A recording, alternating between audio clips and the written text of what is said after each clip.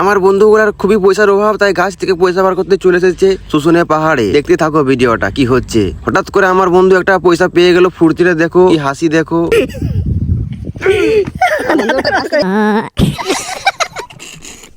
আরে মুখ দেবার করছে। ও মাই গড, এটা মুখ বার করাইলো। সরি ব্রো, গাছে এত পয়সা। ও গাছে পয়সা ধরে, সরি আমি জানতাম না তো। পয়সার গাছ দেখলাম, আগে জানতাম না গাছে পয়সা ধরে, এই প্রথম দেখছি পয়সা ধরে। আমাদের মুখ লাগানো যাবে তো, এই পাহাড় থেকে তাড়াতাড়ি নেমে যেতে হবে, না হলে অন্ধকার হয়ে গেলে। কি বাঘ আছে? চিতাবাঘ আছে বলছে। কালো রায়ের লাতি বলছে চিতাবাঘ বেরাবে। এটা হচ্ছে কালো রায়, ওই দাদুর নাম কালো রায়। ও মাই গড, আর এই দেখো পয়সা বার করছে। ও মাই গড, দাঁত দাঁত ভাঙে যাবে রে। এই দেখো পয়সা, অনেক চেষ্টা করলো কিন্তু দাঁত ভেঙে গেছে।